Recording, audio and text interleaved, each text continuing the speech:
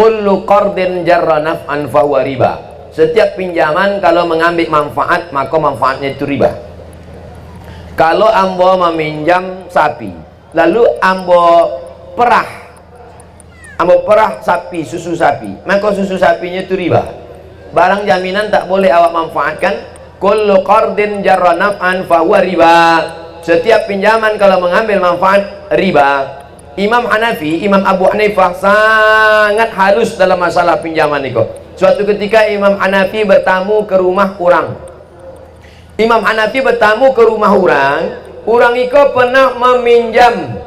Imam Hanafi bertamu ke rumah orang, di depan rumah orang itu ada pohon nan rindang. Lalu kemudian Imam Hanafi tagak saya, tapi tidak di bawah pohon kayu itu. Ditanya oleh orang, Hanafi, yo, manga tagak angin di bawah cahaya matahari, kenapa tidak berlindung di bawah pohon kayu di depan rumah dia? Kata Imam Hanafi, dia ada meminjam ke saya. Kalau saya berteduh di bawah pokok kayu depan rumahnya, berarti saya mengambil manfaat. Kullu qardin jarra naf'an fahuwa riba. Pinjaman kalau awak mengambil manfaat, maka awak kena riba. Orang yang kena riba, 5 hukumnya. Yang pertama, bangkit dari kubur, bantu orang dan bangkit kerasukan setan. Alladzina ya'kuluna riba, orang yang makan riba. La yaqumuna illa kama yaqumul ladzi yatakhabbathu syaitanu minal mas. Bangkit dari kubur macam bangkit dari kerasukan setan. 2, orang yang makan riba doanya tak dikabulkan Allah Subhanahu wa taala. Mana dalilnya?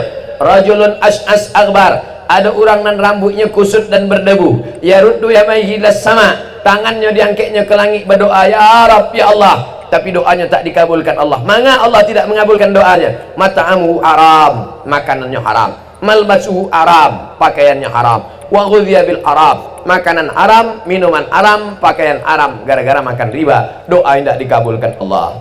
Yang ketiga, makan riba, sepiring nasi, sepiring katupek gulai paku, tapi dari riba, maka berubah menjadi setetes darah. Sepiring ayam gulai ikan panggang menjadi darah, setetes darah masuk ke tangkai jantung, dari jantung naik ke otak anak awak yang dikasih di pondok pesantren makan riba, di sekolah agama makan riba, di sekolah makan riba, gara-gara pitinan awak agih dari riba, maka otaknya menjadi hitam. Bapak ibu hafal ayatnya, nasiyatin kadzibatin khati'ah. Kenapa otak menjadi hitam? Gara-gara makan riba. Nangka ampe ayyuma lahmin, setiap daging di badan, nabata min haramin, kalau tumbuh dari yang haram, fannaru aula bih, setiap makanan awak berubah menjadi darah, dari darah menjadi daging, dari daging menjadi tulang, maka darah, daging, tulang awak dari haram gara-gara makan riba.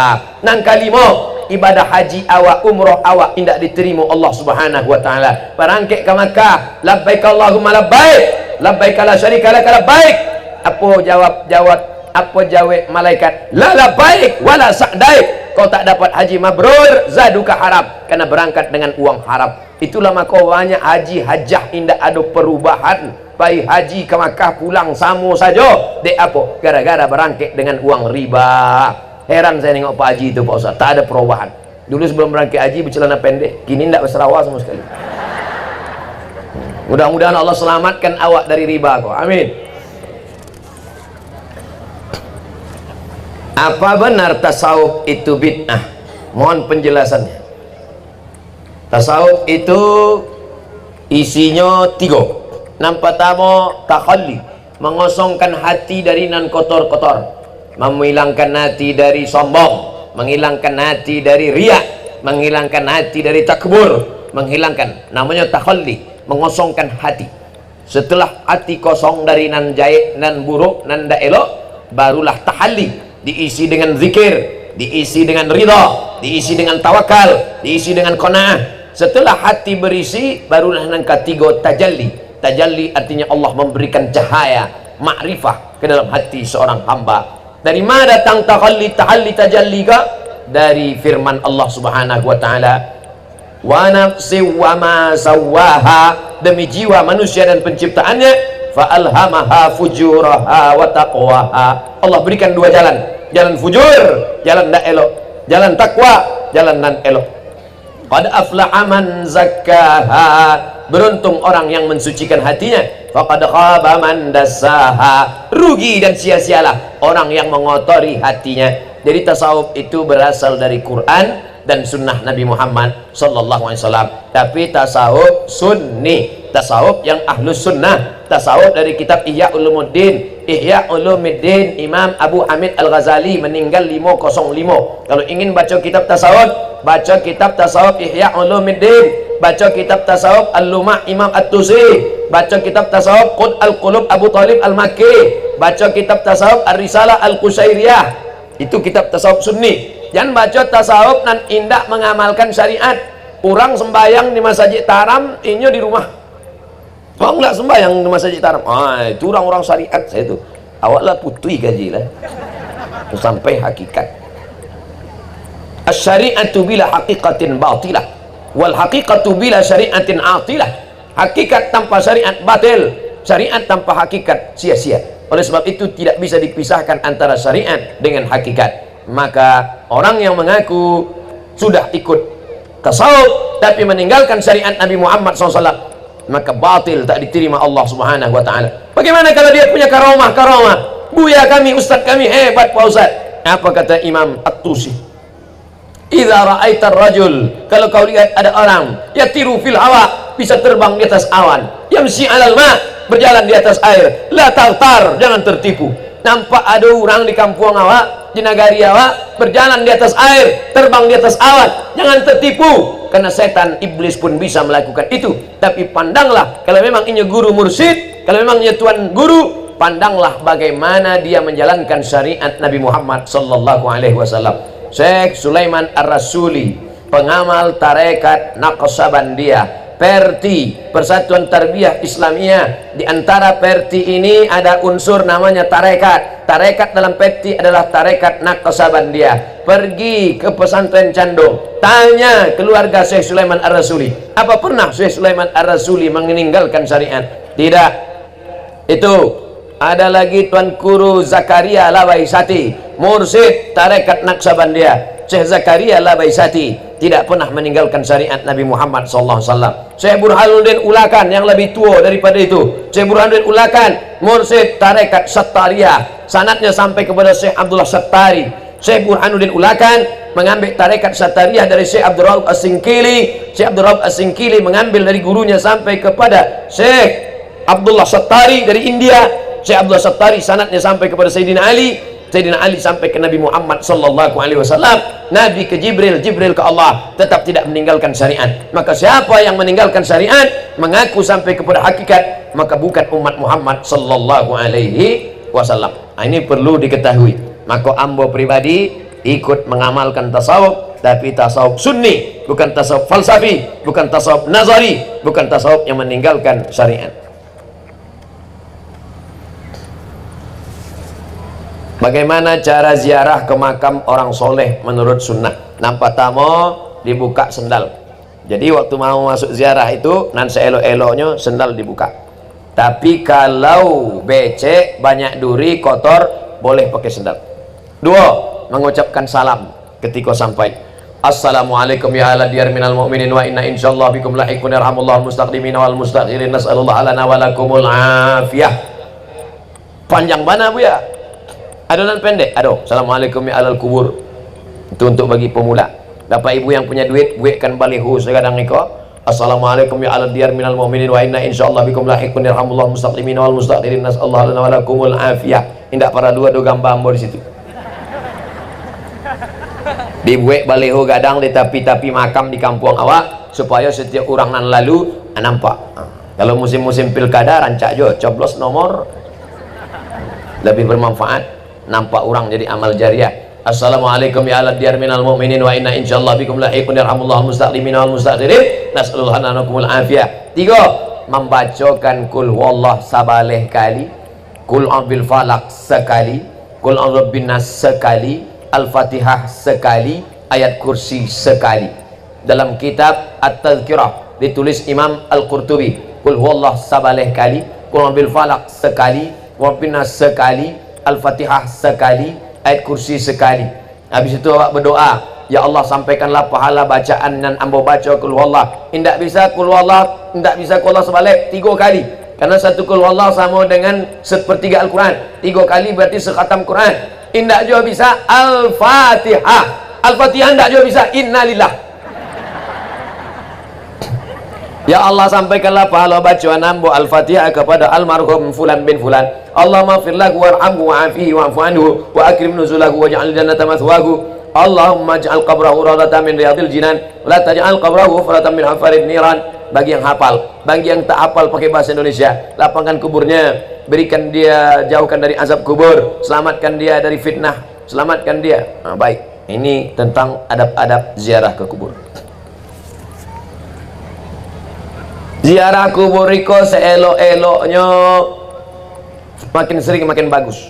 Bapak-bapak yang istrinya suka shopping, asik memikirkan dunia saja, bagus bawa istri itu ziarah sehari 3 kali. Pagi sekali, siang sekali, malam sekali, supaya hilang cinta-cinta dunianya. Tujuan ziarah kubur itu 3. Yang pertama, tudmi'ul ain, meneteskan air mata. Dek apa air mata menetes ketika ziarah kubur? Tazkiratan lil maut, dek ingat mati. Mengapa orang kalau sudah mengingat mati itu menetes air matanya? Turikul qulub, melembutkan hati. Lembut hati, menetes air mata, ingat mati. Cobalah bapak ibu ziarah sama bapak, cobalah ibu ziarah sama bapak, sampai di kubur ibu tu menangis. Dek apa menangis kok? Warisan udah ketek banget. Saudara yang dimuliakan Allah SWT, jangan takut cerita mati. Ini banyak ibu-ibu kalau bapak cerita mati takut, ibu pula kalau cerita mati bapak takut. Yang penting kita pikirkan apa nan awak bawa sesudah mati. Mudah-mudahan kita mati dalam keadaan husnul khatimah. Boleh ndak pindah mazhab? Ambo sedangkan mazhab nanado saya ndak tahu dia boleh. Itu nak pindah-pindah mazhab. Sedang berpindah ke lain hati je susah. Apa boleh pindah mazhab? Waktu bersentuh kulitnya dengan perempuan yang tidak mahram, painya undangan nikah, disentuhnya perempuan. Lape dari tampe itu, painya ke Mas Haji sembahyang, Allahu Akbar, ditanya dia orang, oh tadi kan lah bersentuh itu kan batal. Batal itu kalau mazhab Syafi'i, mazhab Hanafi tidak batal bro. Ambo kan mahasiswa perbandingan mazhab.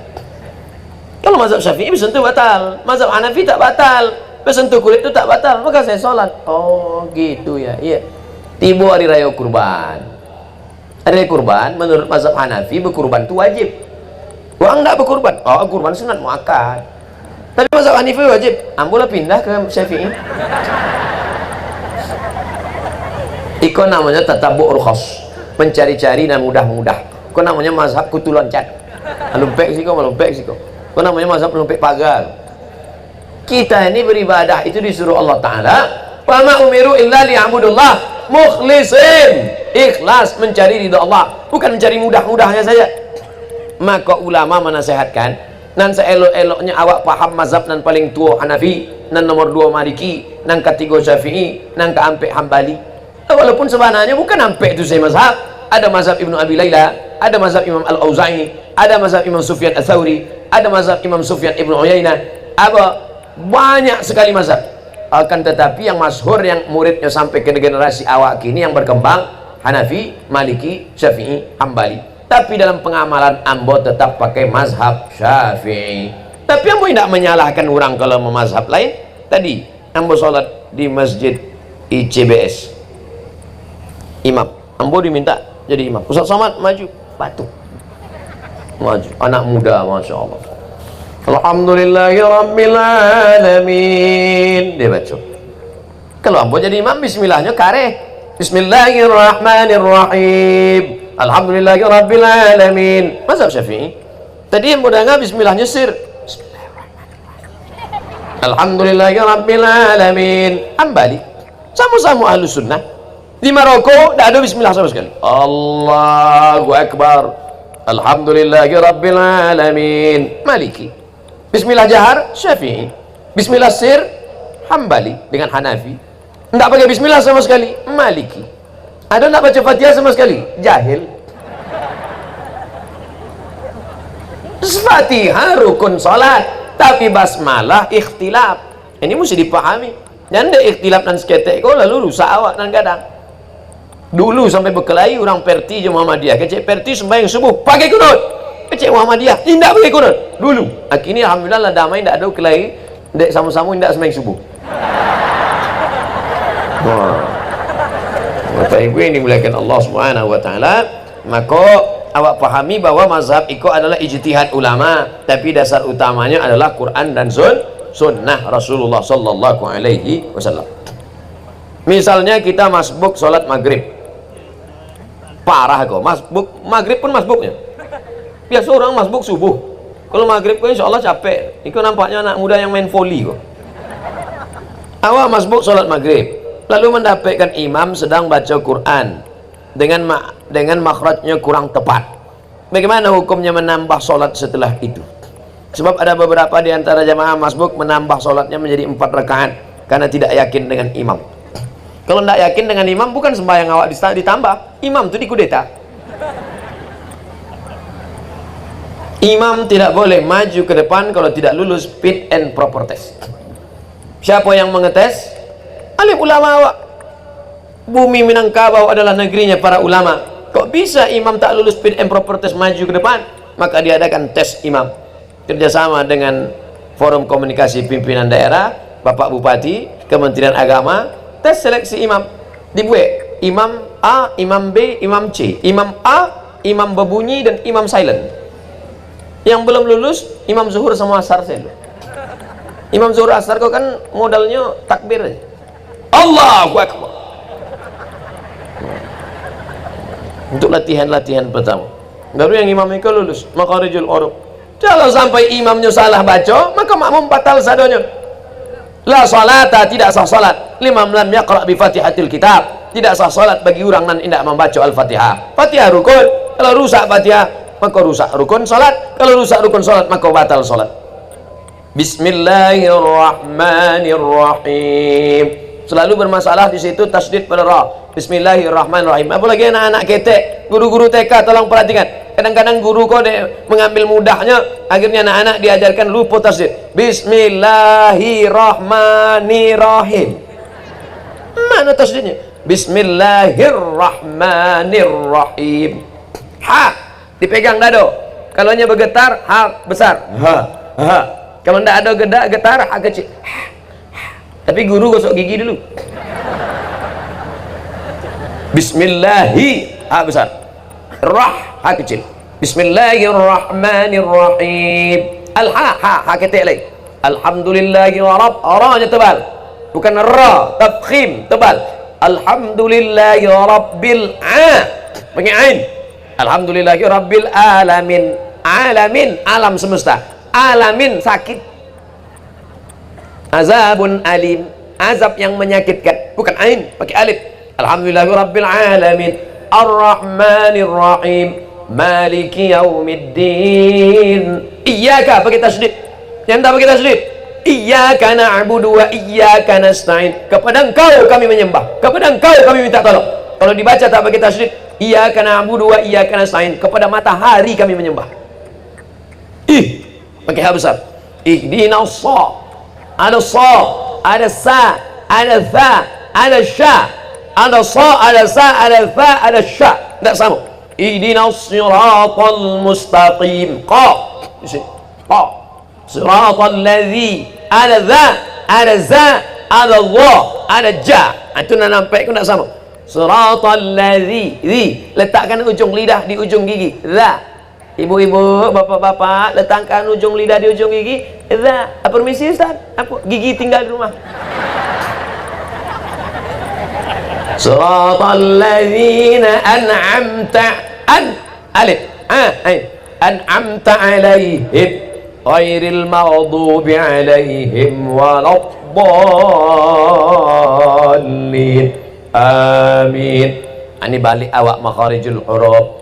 Andai imam itu tak tepat sampai menyebabkan batal, maka makmum bukan menambah tapi mufaraqah. Mufaraqah artinya memisahkan diri dari imam. Pernahkah sahabat memisahkan diri dari imam? Ya, karena imamnya tak betul, maka sahabat mufaraqah, memisahkan diri dari imam. Mudah-mudahan imam-imam awak, imam-imam yang lulus fit and proper test. Amin.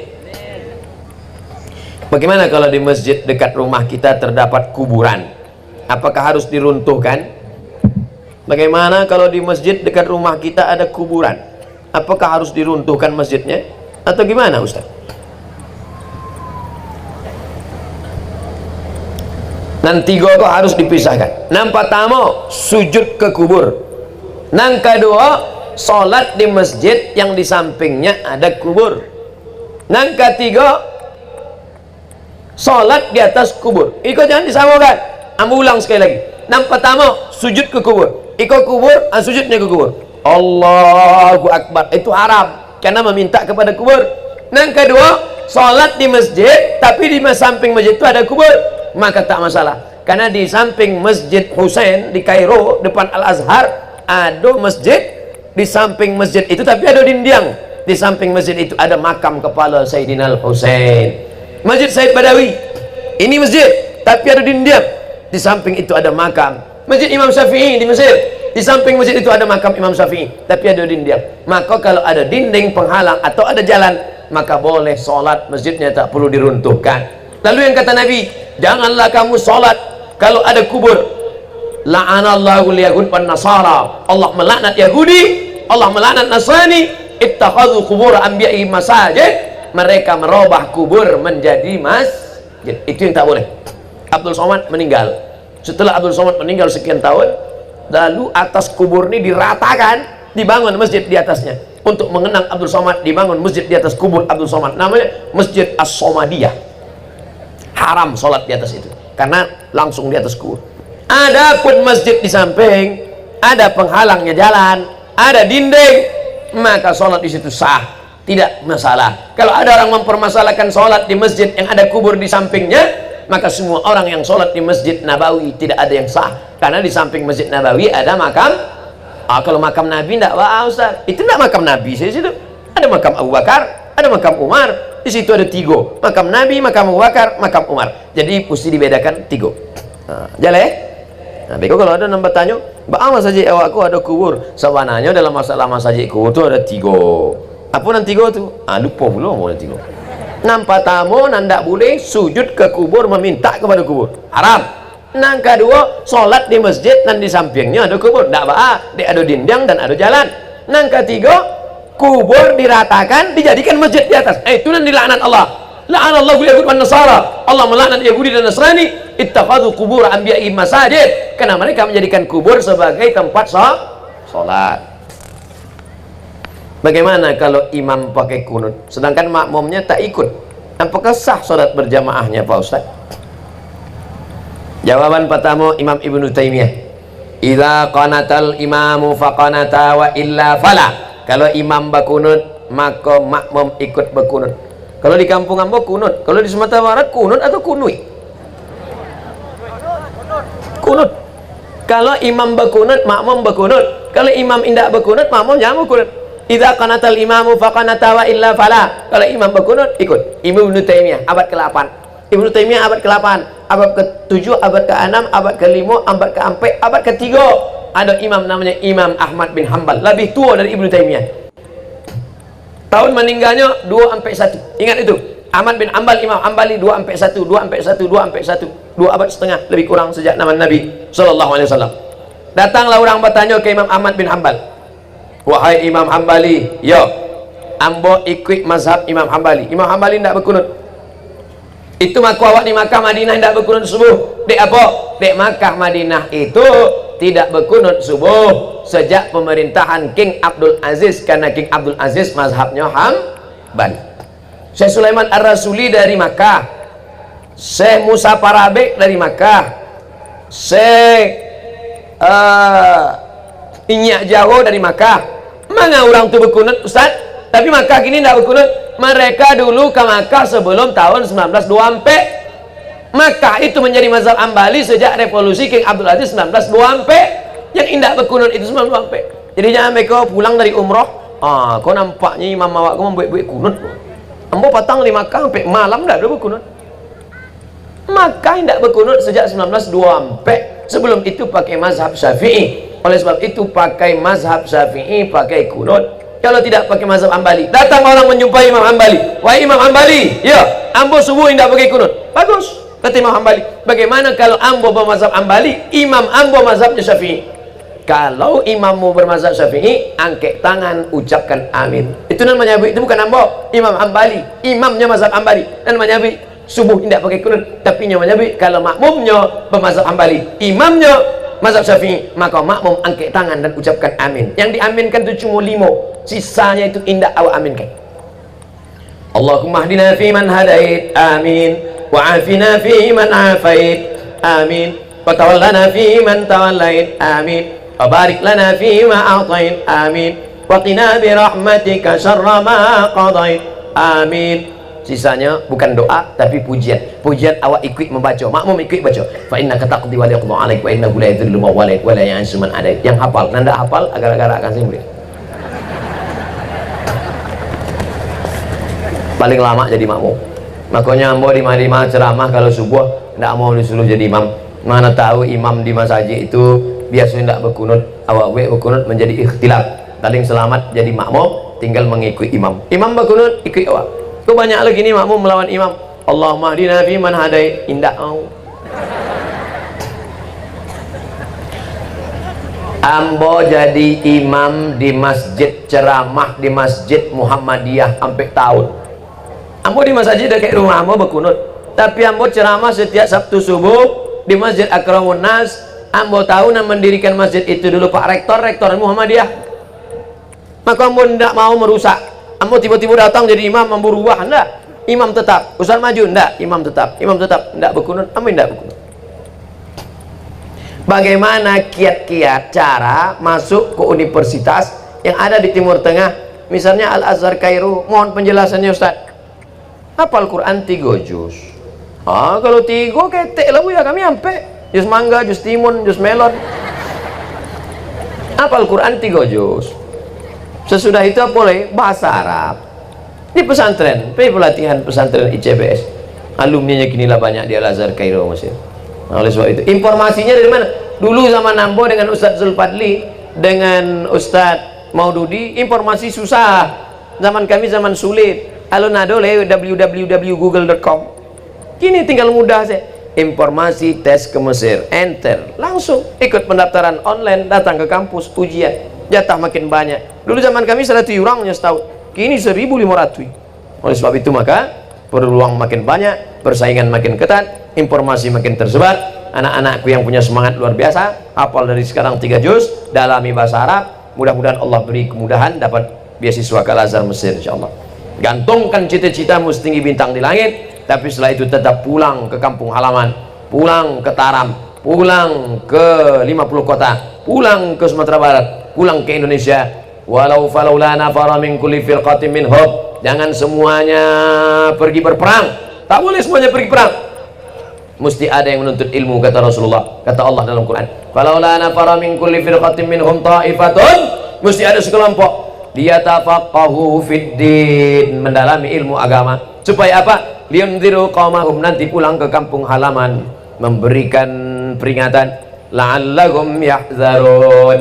Mudah-mudahan masyarakat takut kepada Allah. Alhamdulillah, bumi Minangkabau tak pernah kosong dari ulama-ulama Timur Tengah. Selesai zaman Syekh Ahmad Khatib Al-Minkabawi, dilanjutkan lagi oleh Syekh Sulaiman Ar-Rasuli. Selesai masa mereka, datang lagi alumni-alumni belakangan. Sampailah hari ini bertebaran alumni Al-Azhar, alumni Madinah, alumni Ummul Qura, alumni Maroko, alumni rektor UIN Sumatera Barat kini, kakak kelas ambo di Al-Azhar Mesir, juga di Maroko.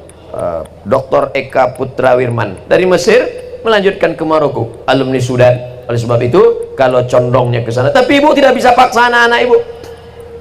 Lihat bakatnya kemana bakatnya ini. Wah, anak saya ini Ustaz nampaknya memang mau sekolah agama, kirim.